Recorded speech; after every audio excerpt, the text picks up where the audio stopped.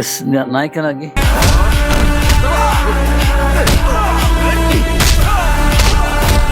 ನಾಯಕನಾಗಿ ಬರ್ಬೇಕು ಅಂತ ಇರ್ಲಿಲ್ಲ ಸರ್. ಹಿಂಗೆ ಎಲ್ಲ ಕೆಲಸ ಮಾಡ್ಕೊಂಡು ಇರ್ತಾ ಲಾಫಿಂಗ್ ಬುದ್ಧ ಡೈರೆಕ್ಟರ್ ಭರತ್ ಸರ್ಕಾರಿ ಹಿರಿಯ ಪ್ರಾಥಮಿಕ ಶಾಲೆ ಶೂಟಿಂಗ್ ನಡಿಬೇಕಾರೆ ಸರ್ ನನ್ನ ಹತ್ರ ಒಂದು ಕತೆ ಇದೆ, ನೀವೇ ಹೀರೋ ಆಗಿ ಆಕ್ಟ್ ಮಾಡ್ಬೇಕು ಅಂತ ಹೇಳಿದ್ರು. ನನ್ಗೆ ಅವಾಗ ನಗು. ಸಾಹೇಬ್ರು ಅರ್ಜೆಂಟ್ ಆಗಿ ಕರ್ಕೊಂಡ್ ಬನ್ನಿ ಅಂದ್ರು ಸರ್. Super smile sir. ಒಂದು ಫೋನ್ ನನಗೆ, ಚಿಟ್ರ ಎಲ್ಲಿ ಅಂದ, ಹಿಂಗೆಲ್ಲ ಹೊರಗಡೆ ಇದ್ದೀನಿ, ಸಾಯಂಕಾಲ ಬನ್ನಿ ಆಫೀಸ್ ಕಡೆಗೆ. ಸರಿ ಬರ್ತೀನಿ. ಹೋದೆ ಸಾಯಂಕಾಲ ಸೀದಾ. ಇವರಿಬ್ರು ಕೂತಿದ್ರು, ಮಾತಾಡ್ತಾ ಇದ್ರು. ಮತ್ತೆ ಶೆಟ್ರ ಕಂಗ್ರಾಚುಲೇಷನ್ಸ್ ಅಂದ. ಎಂತ ಹೀರೋ ಮಾರ್ರ ನೀವು, ಭರತ್ ಒಂದ್ ಕತೆ ಹೇಳಿದ್ರು, ನೀವೇ ಅಂತ ಹೀರೋ.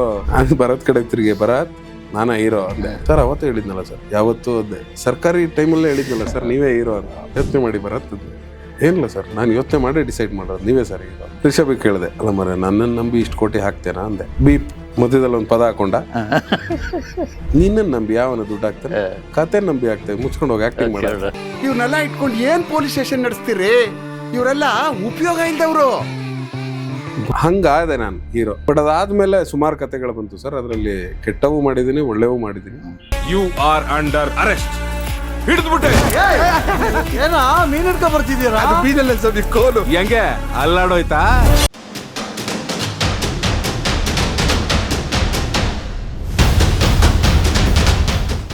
ಎಸ್ ನಾಯಕನಾಗಿ ಬರ್ಬೇಕು ಅಂತ ಇರ್ಲಿಲ್ಲ ಸರ್. ಅದೇ ಹೇಳದ್ನಲ್ಲ, ಅಂದ್ರೆ ಹಿಂಗೆ ಎಲ್ಲ ಕೆಲಸ ಮಾಡ್ಕೊಂಡು ಇರ್ತಾ ಲಾಫಿಂಗ್ ಬುದ್ಧ ಡೈರೆಕ್ಟರ್ ಭರತ್ ಸರ್ಕಾರಿ ಹಿರಿಯ ಪ್ರಾಥಮಿಕ ಶಾಲೆ ಶೂಟಿಂಗ್ ನಡಿಬೇಕಾರೇನೆ ಸರ್ ನನ್ನ ಹತ್ರ ಒಂದು ಕತೆ ಇದೆ, ನೀವೇ ಹೀರೋ ಆಗಿ ಆಕ್ಟ್ ಮಾಡ್ಬೇಕು ಅಂತ ಹೇಳಿದ್ದ. ನನ್ಗೆ ಅವಾಗ ನಗು. ಹೀರೋ ಓಕೆ ಬರತ್ರೆ, ಸೂಪರ್, ಒಳ್ಳೆ ಐಡಿಯಾ ಅಂತ ಹಿಂಗೆ ತಮಾಷೆ ಮಾಡಿ ಬಿಟ್ಟಿದ್ದೆ. ನಾನೇನು ಸೀರಿಯಸ್ ಆಗು ತಗೊಂಡಿರಲಿಲ್ಲ ಅದನ್ನ. ಬಟ್ ಅವನು ಅದನ್ನ ಸೀರಿಯಸ್ ಆಗಿ ತಗೊಂಡು ಆ ಕತೆನ ಬರೆದು ರಿಷಭಿಗೆ ಎಕ್ಸ್ಪ್ಲೇನ್ ಮಾಡಿ, ರಿಷಬ್ ನಾನೇ ಪ್ರೊಡ್ಯೂಸ್ ಮಾಡ್ತೀನಿ ಅಂತ ಹೇಳಿ, ಯಾರನ್ನ ಅನ್ಕೊಂಡಿದ್ದೀರಾ ಇದಕ್ಕೆ ಲೀಡ್, ಯಾರನ್ನ ಅನ್ಕೊಂಡಿದ್ದೀರಾ ಅಂದ್ರೆ ಪ್ರಮೋದ್ ಚಟ್ರನ ಅಂತ. ಒಂದು ಫೋನ್ ನನಗೆ, ನಾನೆಲ್ಲೋ ಆಚೆ ಇದ್ದೆ ಅವತ್ತು, ನಂದು ಯಾವುದೋ ಶೂಟೋ ಬೇರೆ ಏನು. ಚಿಟ್ರ ಎಲ್ಲಿ ಅಂದ, ಹಿಂಗೆಲ್ಲ ಹೊರಗಡೆ ಇದ್ದೀನಿ, ಸಾಯಂಕಾಲ ಬನ್ನಿ ಆಫೀಸ್ ಕಡೆಗೆ. ಸರಿ ಬರ್ತೀನಿ ಅಂತ. ಹೋದೆ ಸಾಯಂಕಾಲ ಸೀದಾ. ಇವರಿಬ್ರು ಕೂತಿದ್ರು, ಮಾತಾಡ್ತಾ ಇದ್ರು. ಮತ್ತೆ ಶೆಟ್ರ ಕಂಗ್ರಾಚುಲೇಷನ್ಸ್ ಅಂದ.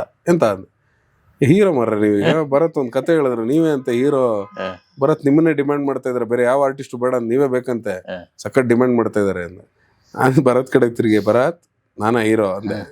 ಸರ್ ಅವತ್ತೇ ಹೇಳಿದ್ನಲ್ಲ ಸರ್, ಯಾವತ್ತೂ ಅದೇ ಸರ್ಕಾರಿ ಟೈಮಲ್ಲೇ ಹೇಳಿದ್ನಲ್ಲ ಸರ್, ನೀವೇ ಹೀರೋ ಅಂತ. ಯೋಚನೆ ಮಾಡಿ ಭರತ್ ಅದೇ. ನಾನು ಇದು ಲಿಟ್ರಲಿ ಹೇಳಿದೆ, ಯೋಚನೆ ಮಾಡಿ ಭರತ್ ಅದೇ.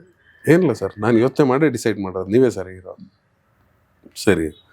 ರಿಷಭಿಗೆ ಕೇಳಿದೆ, ಅಲ್ಲ ಮರೆ ಬಡ್ಜೆಟ್ ಕೇಳಿದಾಗ ದಗ್ ಅಂತ ಒಂದ್ಸರಿ, ಅಲ್ಲ ಮರೆ ನನ್ನನ್ನು ನಂಬಿ ಇಷ್ಟು ಕೋಟಿ ಹಾಕ್ತೇನಾ ಅಂದೆ. ಬೀಪ್ ಮಧ್ಯದಲ್ಲಿ ಒಂದು ಪದ ಹಾಕೊಂಡ, ನಿನ್ನನ್ನು ನಂಬಿ ಯಾವನ ದುಡ್ಡು ಹಾಕ್ತಾನೆ, ಕತೆ ನಂಬಿ ಹಾಕ್ತೇವೆ, ಮುಚ್ಕೊಂಡು ಹೋಗಿ ಆಕ್ಟಿಂಗ್ ಮಾಡೋದು. So this is how we are. ಹಂಗಾದೆ ನಾನು ಹೀರೋ.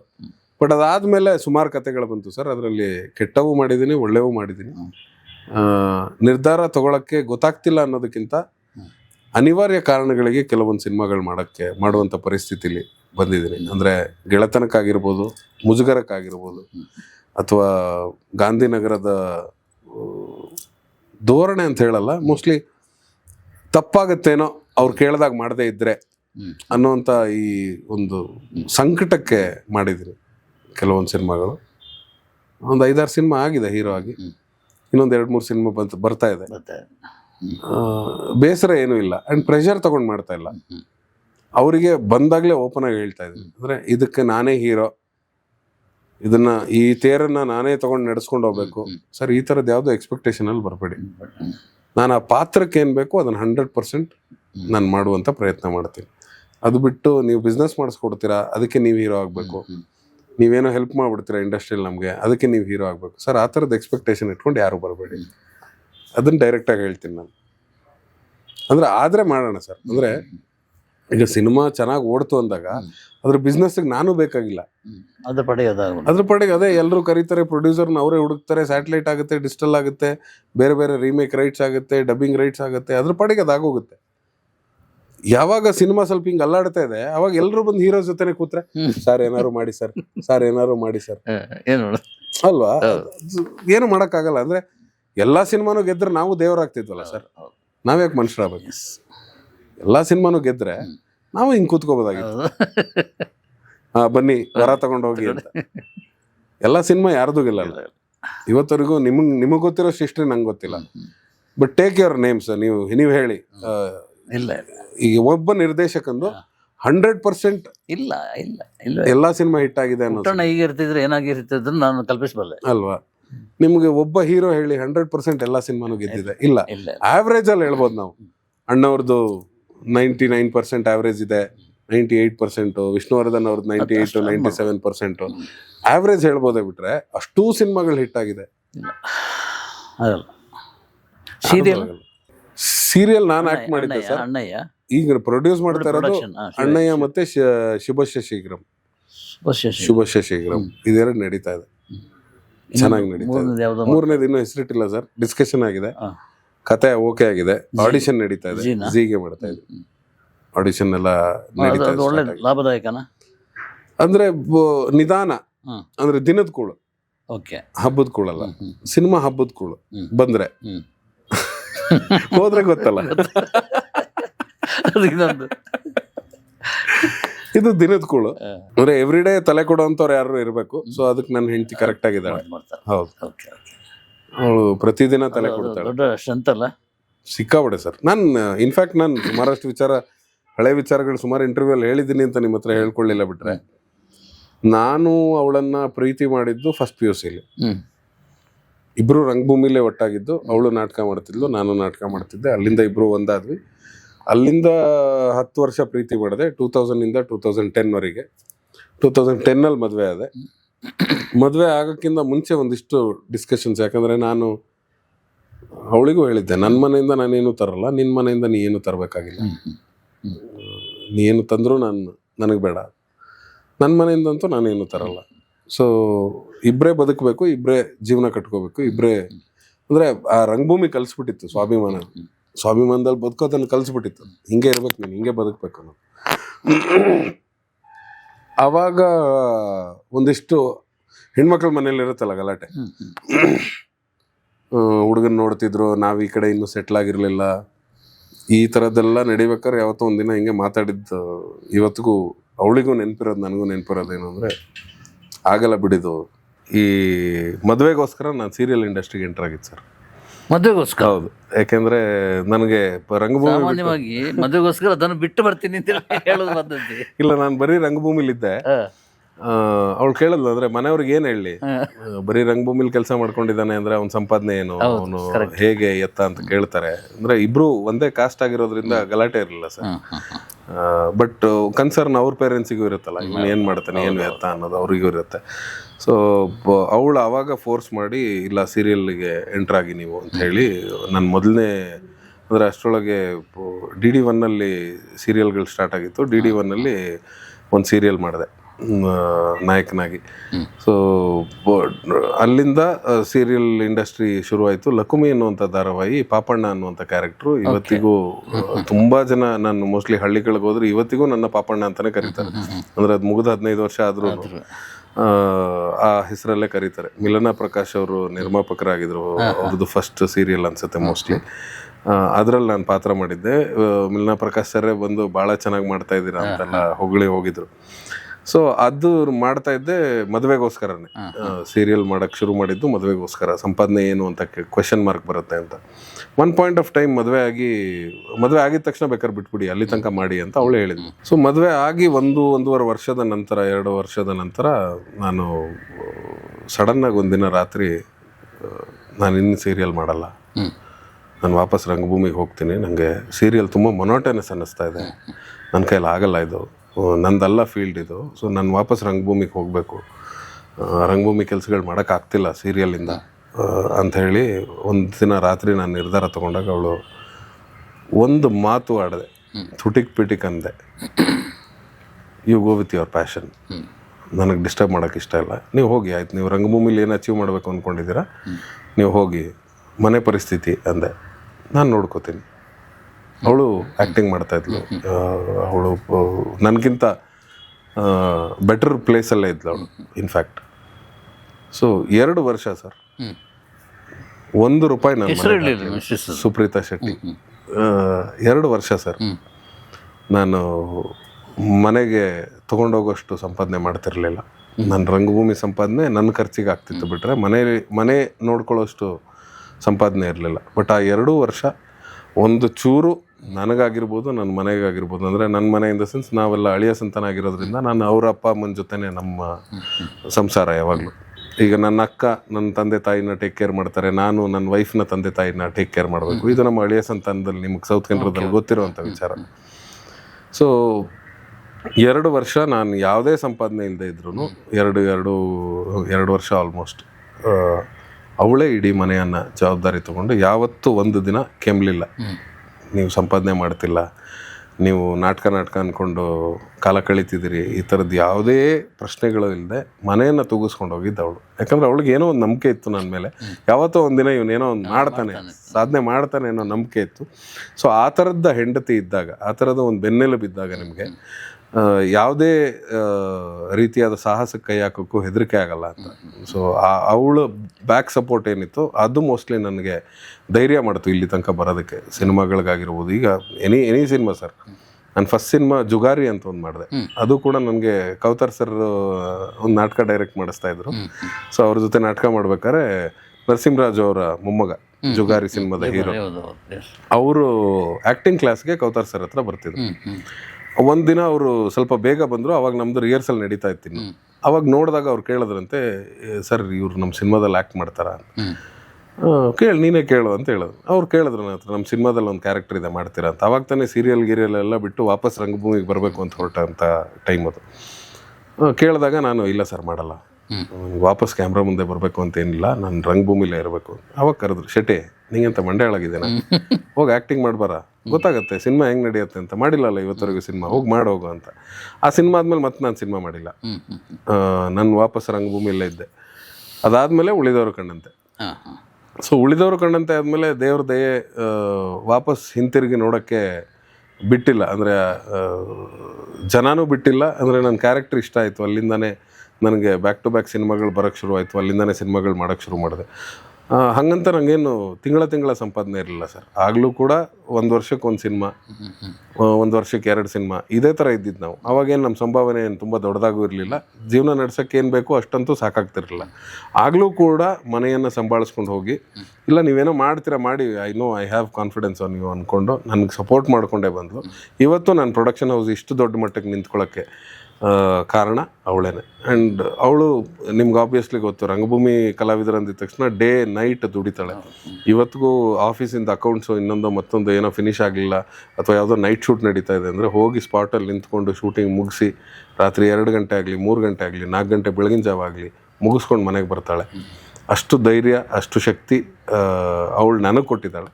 ಸೊ ಹಾಗಾಗಿ ಇಬ್ಬರದು ಹ್ಯಾಂಡ್ ಇನ್ ಹ್ಯಾಂಡ್ ಸಂಸಾರ ತುಂಬ ಟಚ್ವುಡ್, ಆದರ್ಶ ದಂಪತಿ. ಇಲ್ಲ ಹಾಗಂತ ಕಿತ್ತಾಡಲ್ಲ ಅಂತಲ್ಲ ಸರ್. ನಮ್ಮಿಬ್ಬರದು ಮೋಸ್ಟ್ಲಿ ಬಿಗ್ಗೆಸ್ಟ್ ಪ್ಲಸ್ ಏನು ಅಂದರೆ, ನಾನು ತುಂಬ ಜನಕ್ಕೆ ಹೇಳ್ತಿರ್ತೀನಿ, ಅಂದರೆ ಈಗ ಮನೆಯಿಂದ ಹೊರಟಾಗಿ ಜಗಳ ಆಡ್ಕೊಂಡು ಹೊರಟ್ರೆ ನಾನು ಮೋಸ್ಟ್ಲಿ ಕಾರ್ ಹತ್ತಿ ಒಂದು 10 ನಿಮಿಷಕ್ಕೆ ನಂಗೆ ಅವಳ ಜೊತೆ ಜಗಳ ಆಡಿದ್ದೀನಿ ಅನ್ನೋದು ಮರ್ತೋಗಿರುತ್ತೆ. ಬೇರೆ ಯಾವುದೋ ಒಂದು ವಿಷಯ ನೆನಪಾಗಿದ ತಕ್ಷಣ ಪಟ್ಟಂತ ಫೋನ್ ಮಾಡಿ, ಅಪ್ಪಿ ಅದೊಂದು ಹಿಂಗೆ ಆಗ್ಬೇಕಿತ್ತಲ್ಲ, ಇದು ನೋಡು, ಇದನ್ನ ಒಂಚೂರು ಬ್ಯಾಂಕಿದ್ದು ಹಿಂಗೆ ಹೋಗ್ತೀಯಾ, ಇದಕ್ಕೆ ಹೋಗ್ತೀಯ ಅಂತ ಟಕ್ಕಂತ ಅವಳು ಅಷ್ಟೇ ಈಸಿಯಾಗಿ ರಿಪ್ಲೈ ಮಾಡ್ತಾಳೆ. ಅಂದರೆ ಕ್ಯಾರಿ ಮಾಡಲ್ಲ ಫೈಟನ್ನು. ಹೇಳ್ತಾರೆ ಅಂದರೆ ಗಂಡ ಹೆಂಡತಿ ಜಗಳ ಉಂಡು ಮಲ್ಗೋ ತನಕ ಅಂತ. ನಮ್ದು ಉಂಡು ಮಲ್ಗೋಷ್ಟು ಪುರ್ಸೊತ್ತಿಲ್ಲ. ನಾನು 10-15 ನಿಮಿಷ, ಮ್ಯಾಕ್ಸಿಮಮ್ 15-20 ನಿಮಿಷ. ಒಂದೊಂದು ಸರಿ ಅಂತೂ ರೂಮಲ್ಲಿ ಜಗಳ ಆಡಿರ್ತೀನಿ, ಹಾಲಿಗೆ ಬಂದು ಕಾಂಪ್ರೋ ಆಗಿರುತ್ತೆ. ಕಾಂಪ್ರೋ ಇನ್ ದ ಸೆನ್ಸ್ ಕಾಂಪ್ರೋ ಮಾಡ್ಕೊಳ್ಳೋದು ಅಲ್ಲ, ಅಪ್ಪಿ ಒಂಚೂರು ತಿಂಡಿ ಕೊಡ ಅಂದರೆ ಸೀದಾ ಬರ್ತಾಳೆ, ತಿಂಡಿ ಹಾಕಿ ಕೊಡ್ತಾಳೆ. ಅವಳಿಗೇನೋ ಕೆಲಸ ಆಗ್ಬೇಕು, ಅವಳು ಮಾತಾಡ್ತಾಳೆ. ಆ ಜಗಳ ಆಗಿರೋದೇ ಮರ್ತೋಗುತ್ತೆ ನಮಗೆ. ಸೊ ಆ ಥರ ಇದ್ದಾಗ ಮಾತ್ರ, ಅಂದರೆ ಏನು ಹೇಳ್ಕೋಬೇಕು ಅದನ್ನ ಮನಸ್ಸಲ್ಲಿ ಇಟ್ಕೊಳ್ಳಲ್ಲ, ಅದನ್ನು ಹೇಳ್ತೀನಿ. ಅವಳಿಗೂ ಏನು ಹೇಳ್ಕೋಬೇಕು ಅದನ್ನ ಮನಸ್ಸಲ್ಲಿ ಇಟ್ಕೊಳ್ಳಲ್ಲ, ಅವಳು ಹೇಳ್ತಾಳೆ. ಅಲ್ಲಿಗೆ ಮುಗೀತದಷ್ಟೇ. ಅದನ್ನು ಕ್ಯಾರಿ ಇಬ್ಬರೂ ಮಾಡಲ್ಲ. ಆ್ಯಂಡ್ ಹಂಗಂತ ಏನು ಜಗಳನೇ ಆಡಲ್ಲಪ್ಪ ಇವರಿಬ್ಬರು ಆದರ್ಶ ದಂಪತಿಗಳು. ದಿನಕ್ಕೆ 10 ಸರಿ ಜಗಳ ಆಡ್ತೀವಿ ಸರ್. ಅದು ದಿನಕ್ಕೊಂದು ಇಲ್ಲ, ದಿನಕ್ಕೆ 10 ಸರಿ ಜಗಳ ಆಡ್ತೀವಿ. ಅದಕ್ಕೆ ಅಷ್ಟು ಈಸಿ ಆಗಿದೆ ನಮ್ಗೆ ಲೈಫ್. ನಾನು ಅದಕ್ಕಾಗಿ ಹೇಳೋದೇನೆಂದರೆ, ಪ್ರತಿ ಯಶಸ್ವಿ ಗಂಡಿನ ಹಿಂದೆ ಒಬ್ಬಳು ಹೆಣ್ಣಿರ್ತಾಳಂತ ಇರೋ ಮಾತು ಅಲ್ವಾ? ನಾನು ಹೇಳಿದಾಗೆಲ್ಲ ಹಿಂದೆ ಅಲ್ಲ ಮುಂದೆ ಇದ್ದಾರೆ, ಕೈ ಹಿಡಿದು ಹೇಳ್ಕೊಂಡು ಹೋಗ್ತಾರೆ, ಬಾ ನಿನ್ನ ಕೈಲಿ ಇದು ಸಾಧ್ಯ, ನೀನು ಇದು ಮಾಡು ಅಂತ. ಎಸ್, ನಾನು ಪ್ರೊಡಕ್ಷನ್ ಹೌಸ್ ಮಾಡೋಕ್ಕೆ ಇವರಿಬ್ಬರು ಹೇಳಿದಾಗಲೂ ಸರ್, ನಾನು ತುಂಬ ಹಿಂದೇಟ್ ಹಾಕಿದ್ದು ಅದೇ ಕಾರಣಕ್ಕೆ. ಅಂದರೆ ಯಾರಿದ್ದಾರೆ ನನ್ನ ಹಿಂದೆ, ಯಾರು ಸಾಥಿಲ್ಲದೆ ಆ ಕಡೆ ಆ್ಯಕ್ಟಿಂಗು ಮಾಡಿಕೊಂಡು ಈ ಕಡೆ ಪ್ರೊಡಕ್ಷನ್ ಹೌಸು ನೋಡ್ಕೊಂಡು ಹೋಗೋದು ಕಷ್ಟ ಆಗ್ಬಿಡುತ್ತಲ್ಲ ಅಂತ ಅಂದ್ಕೊಂಡಾಗ ಶೀ ಟೋಲ್ಡ್, ನಾನು ಇದನ್ನು ಏನು ತಲೆಗೆಡ್ಸ್ಕೊಬಿಡಿ, ನೀವು ನುಗ್ತಾ ಇರಿ, ಮಿಕ್ಕಿದ್ದು ನಾನು ನೋಡ್ಕೋತೀನಿ ಅಂತ. ಸೊ ಆ ಥರದ್ದೊಂದು ಧೈರ್ಯ, ಆ ಥರದ್ದೊಂದು ಸಾಥ್ ಕೊಡ್ತಾ ಇರೋದು ನನ್ನ ಹೆಂಡತಿ. ಎಸ್, ಸುಮಾರು ರಿಕ್ಕಿ ಟೈಮ್ನಲ್ಲಿ ಇರಬೇಕು ಅಂತ ಕಾಣುತ್ತೆ. ರೇಣುಕಾಂಬದಲ್ಲಿ ಒಂದು ಪ್ರೆಸ್ ಮೀಟ್, ಅದರಲ್ಲಿ ನಾನು ಬಂದು ನಿಮ್ಮ ಹತ್ರ ಹೇಳ್ತಾ ಇದ್ದೆ, ನಿಮ್ಮ ಹತ್ರ ಮಾತಾಡಬೇಕು ಅಂತ. ಅಷ್ಟು ವರ್ಷಗಳ ನಂತರ ಈಗ ತುಂಬ ಮಾತಾಡಿದ್ದೀವಿ. ಅದ್ರ ಮಧ್ಯೆ ಮಾತಾಡಲಿಕ್ಕೆ ಆಗಿರಲಿಲ್ಲ. ಹಾಯ್ ಅಷ್ಟೇ. ಸಿಗಬೇಕಲ್ಲ ಸರ್, ಅಂದರೆ ಎಲ್ಲದಕ್ಕೂ ಒಂದು ಟೈಮ್ ಬರ್ಬೇಕಂತ ದೇವರು ಬರ್ದಿರ್ತಾನೆ. ಆಮೇಲೆ ಎಲ್ಲದಕ್ಕೂ ಒಂದು ಟೈಮ್ ಬರ್ಬೇಕು. ಯಾಕೆ ಅಂದರೆ ಇಷ್ಟು ವರ್ಷಗಳು ನಾನು ಸಿನಿಮಾದಲ್ಲಿ ಇಷ್ಟು ಎಕ್ಸ್ಪೀರಿಯನ್ಸ್ ತಗೊಳ್ಳಿಲ್ಲ ಅಂದರೆ ನಿಮ್ಮ ಹತ್ರ ಇಷ್ಟು ಮಾತಾಡೋಕ್ಕೆ ನನ್ನ ಹತ್ರ ಏನು ಮೆಟೀರಿಯಲ್ ಇಲ್ಲ ಸರ್. ಮೋಸ್ಟ್ಲಿ ಅದಕ್ಕೆ ದೇವ್ರು ನಿಮ್ಮ ಹತ್ರ ಮಾತಾಡ್ಸಿಲ್ಲ ಇಷ್ಟು ವರ್ಷ ಅಲ್ವಾ. ಈ ಮೆಟೀರಿಯಲ್ಗಳು ಕಲೆಕ್ಟ್ ಆಗಬೇಕಾಗಿತ್ತು ನಮ್ಮ ಹತ್ರ, ಇಷ್ಟು ಎಕ್ಸ್ಪೀರಿಯನ್ಸ್ ಬೇಕಾಗಿತ್ತು ನಮ್ಮ ಹತ್ರ ನಿಮ್ಮ ಜೊತೆ ಕೂತ್ಕೊಂಡು ಮಾತಾಡೋದಕ್ಕೆ. ಪರ್ಸ್ನಲಿ ನಾನು ಯಾಕೆ ಹೇಳ್ತೀನಿ ಅಂದರೆ, ಇವತ್ತು ಜನರಿಗೆ ನಾವು ಸ್ಕ್ರೀನ್ ಮೇಲೆ ಕಾಣ್ತೀವಿ, ಜನರಿಗೆ ನಾವು ಯಾರು ಅಂತ ಗೊತ್ತು. ಪ್ರಮೋದ್ ಶೆಟ್ಟಿ ಅಂದರೆ ಓಕೆ, ಪ್ರಮೋದ್ ಶೆಟ್ಟಿ ಗೊತ್ತು ಗುರು, ನೋಡಿದ್ದೀವಿ, ಅಟ್ಲೀಸ್ಟ್ ಕೇಳಿದ್ದೀವಿ ಅಂತನಾದರೂ ಹೇಳ್ತಾರೆ. ಹಾಗಾದ್ರೆ ಗಣೇಶ್ ಕಾಸರಗೋಡು ಗೊತ್ತಿಲ್ಲ ಅಂತಲ್ಲ. ಅವತ್ತಿನ ಪತ್ರಿಕೋದ್ಯಮದಲ್ಲಿ ಇದ್ದವ್ರಿಗೆ ಎಲ್ರಿಗೂ ಗಣೇಶ್ ಕಾಸರಗೋಡು ಪರಿಚಯ, ಇವತ್ತಿದ್ದವ್ರಿಗೂ ಪತ್ರಿಕೋದ್ಯಮದವ್ರಿಗೆ ಪರಿಚಯ. ಬಟ್ ಹೊರಗಡೆ ಇಲ್ಲ ಅಂದರೆ you are not the face of cinema or serial. ಅಂದರೆ ನೀವು ಆನ್ ಸ್ಕ್ರೀನ್ ಬಂದಿಲ್ಲ ಅಷ್ಟೇ. ಬಿಟ್ಟರೆ ನಿಮ್ಮ ಬಗ್ಗೆ ಕೇಳಿರೋದಾಗಿರ್ಬೋದು, ನೀವು ಆಗಲೇ ಹೇಳಿದ್ರಿ ನನ್ನ ಬಗ್ಗೆ ಏನು ತಿಳ್ಕೊಂಡಿದ್ದೀರಿ ಅಂತ. ಸರ್ ನಿಮ್ಮ ಹತ್ರ ಎಲ್ಲ ಮಾತಾಡೋಕ್ಕೆ ಭಯ ನಮ್ಗೆ. ಅವಾಗ ನೀವೇನಾದ್ರು ಪ್ರಶ್ನೆ ಕೇಳಿದ್ರೆ ನಮ್ಮ ಹತ್ರ ಉತ್ತರ ಇದೆಯೋ ಇಲ್ವೋ ಪ್ರೆಸ್ ಮೀಟಲ್ಲಿ. ಇದನ್ನು ಸುಮಾರು ಸಾರಿ ನಾವು ಚರ್ಚೆ ಮಾಡಿದ್ದು ಇದೆ. ನಾನು ನಾಚಿಕೆ ಬಿಟ್ಟು ಹೇಳ್ತೀನಿ, ನಾನು ಫಸ್ಟ್ ಟೈಮ್ ನಾನು ಪ್ರೆಸ್ ಮೀಟಲ್ಲಿ ಕೂತಾಗ ರಿಷಬ್ ಹೇಳಿದ್ದ ನನಗೆ, ಪ್ರೆಸ್ ಮೀಟು ಏನೇನೋ ತರಲೇ ಎಲ್ಲ ಮಾತಾಡೋಣ. ನಾನೊಂದು ಸ್ವಲ್ಪ ನೇರವಾಗಿ ಮಾತಾಡೋದು ಜಾಸ್ತಿ ಅಲ್ಲ ಸರ್. ಅವ್ನು ಬೈದು ಕರ್ಕೊಂಬಂದಿದ್ದ, ನೀ ಎಂತೆಲ್ಲ ಮಾತಾಡೋಣ ಮರೆಯ, ಸುಮ್ಮನೆ ಇರು, ನೀನು ಏನೋ ಗೊತ್ತಾಗಿಲ್ಲ ಅಂದ್ರೆ ಸುಮ್ಮನೆ ನನ್ನ ಕಡೆ ತಿರ್ಗೋ, ನಾನು ಮಾತಾಡ್ಕೋತೀನಿ ಅಂತ. ಅಂದ್ರೆ ಈ ಥರದ ಅಂಡರ್ಸ್ಟ್ಯಾಂಡಿಂಗ್ ಇವತ್ತು ಹೆಂಗಾಗಿದೆ ಅಂದರೆ, ಏನಾದ್ರು ಪ್ರಶ್ನೆ ಉತ್ತರ ಹೇಳಬಾರ್ದು ಅಂದರೆ ಅದನ್ನ ನಾನು ಮುಂಚೆ ರಿಷಬ್ಗೆ ಮತ್ತು ರಕ್ಷಿತಿಗೆ ಹೇಳ್ಕೊಡೋ ಥರ ಆಗಿದೆ. ಅಂದರೆ ಮಗ ಈ ಥರದ್ದೇನೋ ಪ್ರಶ್ನೆ ಬಂದರೆ ಉತ್ತರ ಮಾಡಕ್ಕೆ ಹೋಗ್ಬಿಡಿ ಸರ್, ನಾನು ಆರಾಮಾಗಿದೆ, ಚಿಲ್ಲಾಗಿ ತಗೊಳ್ಳಿ, ನೀವು ಅದನ್ನೇನು ಟೆನ್ಷನ್ ತಗೋಬೇಡಿ ಅಂತ. ಅಷ್ಟ್ರ ಮಟ್ಟಿಗೆ ಒಂದು ಎಕ್ಸ್ಪೀರಿಯನ್ಸ್ ಆಗಿದೆಯಲ್ಲ. ಅವತ್ತಿಗೆ ನೀವು ಎದುರುಗಡೆ ಕೂತಿದ್ದಾಗ ನಾವು ಅಲ್ಲಿ ಕೂತ್ಕೊಂಡು ಏನಾದ್ರು ಉತ್ತರ ಕೊಡ್ತೀವಿ ಅಂದರೆ ಹಿಂಗೆ ನಾವು ಕೈಕಾಲೆಲ್ಲ ಗಡ ಗಡ ಗಡ ಗಡ ಗಡ ಗಡ ಅನ್ನೋದು ಪ್ರೆಸ್ ಮೀಟ್ ಅಂತ. ಇವತ್ತು ಎಲ್ಲರೂ ಸ್ನೇಹಿತರಾಗಿದ್ದಾರೆ ಸರ್, ನಿಮ್ಮ ಥರನೇ. ನೀವು ಹೆಂಗೆ ಕರೆದು ನಮ್ಮನ್ನು ಕೂರಿಸ್ಕೊಂಡಿದ್ದೀರಾ ಅದೇ ಥರದ ಸ್ನೇಹಿತರಾಗಿದ್ದಾರೆ ಎಲ್ಲರೂ ಪತ್ರಿಕೋದ್ಯಮದಲ್ಲಿ. ಸೊ ಧೈರ್ಯವಾಗಿ ಮಾತಾಡ್ತೀವಿ ಅಂತ ಹೇಳ್ಬೋದು. ಅವ್ರಿಗೂ ಕಾಲೆಳಿತೀವಿ ಇವತ್ತು, ಅಷ್ಟಂತೂ ಲೀನಿಯನ್ಸ್ ಸಿಕ್ಕಿದೆ. ಅಂದರೆ ನಾಟ್ ಬಿಕಾಸ್ ಆಫ್ ನಾವು ಏನೋ ಬೆಳೆದ್ಬಿಟ್ಟಿದ್ದೀವಿ ಅಂತಲ್ಲ, ಆ ಒಂದು ಒಡನಾಟ ಜಾಸ್ತಿ ಆಗಿದೆ.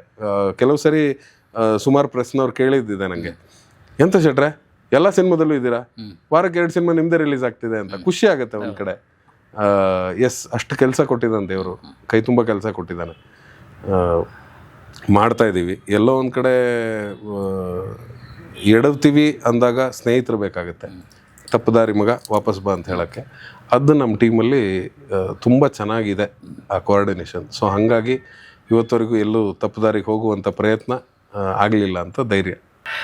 ಎಸ್, ಕಾಂತಾರ 1, 2 ಅಂತ ಇದ್ದ ಹಾಗೆ ನಮ್ಮ ಸಂದರ್ಶನ ಕೂಡ 2 ಅಲ್ಲಿ ಮುಂದುವರ್ಸೋಣ. ಖಂಡಿತ ಇದೆ, ತುಂಬ ಇದೆ, ಖಂಡಿತ ತುಂಬ ಇದೆ. ಇದೇನು ತುಂಬ ಕಮ್ಮಿ ಆಯಿತು ಅಂತ ಅನಿಸ್ತು. ಬಟ್ ಟೈಮ್ ನೋಡಿದಾಗ ಅದು 2 ಗಂಟೆ ದಾಟಿಬಿಟ್ಟಿದೆ. ನನಗೇ ಗೊತ್ತಾಗಿಲ್ಲ. ನಾವೇನು ಆರಂಭದಲ್ಲಿ ಮಾತಾಡಿದ್ವಿ, ಸ್ನೇಹಿತರಾಗಿ ಮಾತಾಡೋಣ ಅಂತೇಳಿ, ಅದೇ ಟೋನಲ್ಲಿ ಹೋಯ್ತು. ಅದೇ ಟೋನಲ್ಲೇ ಹೋಗಿದೆ ಸರ್. ಏನಾದ್ರು ಬೇಜಾರು ಮಾಡಿದ್ರೆ ದಯವಿಟ್ಟು. ಸೊ ನಿಮ್ಮಂಥ ಹಿರಿಯರ ಜೊತೆ ಮಾತಾಡಿದಾಗ ಮೋಸ್ಟ್ಲಿ ಫ್ಲೋ ಅಲ್ಲಿ ಏನಾದ್ರು ಒಂದು ತಪ್ಪು ಗಿಪ್ಪು ಮಾತಾಡಿದ್ರೆ ಅದಕ್ಕೆ ಕ್ಷಮೆ ಇರಲಿ. ಆ್ಯಂಡ್ ಆ ಬ್ಯಾಡ್ ವರ್ಡ್ಸ್ ನಾನು ಯೂಸ್ ಮಾಡಿದ್ದನ್ನು ಅದನ್ನು ಬೀಪ್ ಮಾಡ್ತಾರೆ ದಯವಿಟ್ಟು. ಅಂದರೆ ನಾನು ವರ್ಡ್ ಯೂಸ್ ಮಾಡಬೇಕು ಅಂತಲ್ಲ, ಅದು ನಮ್ಮ ಎಕ್ಸ್ಪೀರಿಯನ್ಸನ್ನು ಹೇಳ್ತಾ ಅದು ಬರಲಿಲ್ಲ ಅಂದರೆ ತಪ್ಪಾಗತ್ತೆ. ಯಾಕಂದರೆ ಅದನ್ನು ಉಪಯೋಗಿಸಿದೀವಿ ನಾವೇನು ದೇವ್ರುಗಳಲ್ಲ.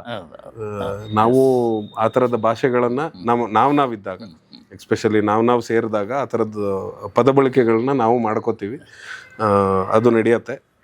ಸೊ ಅದನ್ನೆಲ್ಲ ಮೀರಿ ಇವತ್ತು ಈ ಪೊಸಿಷನಲ್ಲಿ ಇದ್ದೀನಿ ಅಂದರೆ ರಿಷಬ್ದಾಗಿರ್ಬೋದು, ರಕ್ಷಿತದಾಗಿರ್ಬೋದು, ಇಬ್ಬರದು ಕಾಂಟ್ರಿಬ್ಯೂಷನ್ ತುಂಬ ಇದೆ ನನ್ನ ಮೇಲೆ. And as obvious, never to forget, ನನ್ನ ಹೆಂಡತಿ ಯಾವತ್ತೂ ಜೊತೆಲಿ ನಿಂತಿದ್ದಾಳೆ. ಇವತ್ತಾಗಿರ್ಬೋದು, ಇನ್ನು ಮುಂದಕ್ಕಾಗಿರ್ಬೋದು, ಇವತ್ತವರೆಗೂ ನಾನು ಏನು ಜರ್ನಿ ತೊಗೊಂಡಿದ್ದೀನಿ ಆ ಜರ್ನಿಯಲ್ಲಿ she is the major part. And my big boss always ನನ್ನ ತಂದೆ ರಾಜ್ ಶೆಟ್ರು. ಇವತ್ತಿಗೆ ಅವರಿಗೆ ಏನು ನನ್ನ ಮೇಲೊಂದು ಖುಷಿ ಇದೆ, ನನ್ನ ಮೇಲೊಂದು ನಂಬಿಕೆ ಇದೆ. ಅದನ್ನ ಪಡ್ಕೊಳ್ಳೋದಕ್ಕೂ ಕೂಡ ಅವರೇ ಪ್ರೇರಣೆ.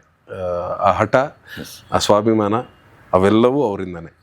ಯಾರಿಗಾರು ಕೊಟ್ಟ ಅಭ್ಯಾಸ ಇರಬೇಕು ಹೊರತು ತಗೊಂಡ ಅಭ್ಯಾಸ ಅಲ್ಲ ಅಂತ. ಸೊ ಅದನ್ನ ನಾನು ಪಾಲಿಸ್ಕೊಂಡು ಹೋಗ್ತಾ ಇದ್ದೀನಿ. Yes, thank you sir. Thank you very much. ಭಾಳ ಖುಷಿ ಆಯ್ತು ನಿಮ್ಮ ಜೊತೆ ಮಾತಾಡಿ. Thank you. ತುಂಬ ಖುಷಿ ಆಯಿತು, ನನಗೆ ಖುಷಿ ಆಯಿತು. ನಾನು ಬೇರೊಂದು ಪ್ರಮೋಸಿಟಿಯನ್ನು ನೋಡಿದೆ. Thank you sir. ಖುಷಿ ಆಯಿತು. Thank you. ನನಗೆ ಹೆಚ್ಚು ಪ್ರಶ್ನೆ ಕೇಳುವ ಅವಶ್ಯಕತೆನೇ ಇರಲಿಲ್ಲ. ನಾವೊಂದು ಸ್ವಲ್ಪ ಹಂಗೆ ಈ ಉಳಿದವರು ಕಂಡಂತಲ್ಲಿ ರಕ್ಷಿತ್ ಒಂದು ಡೈಲಾಗ್ ಹೊಡಿತಾನೆ, ದೊಂಡೆಗೆ ಕೋಲ್ ಹಾಕ್ಬೇಡ ಅಂತ. ಹಂಗೆ ನಮ್ ಕೋಲ್ ಹಾಕಿದ್ರೆ ಸಾಕು, ನಮ್ ಬರ್ತಾ ಹೋಗುತ್ತೆ ಮಾತು ಅಂತ. ಇರಲಿ, ಖುಷಿ ಆಯಿತು. Yes sir. Thank you. Thank you so much sir. Thank you.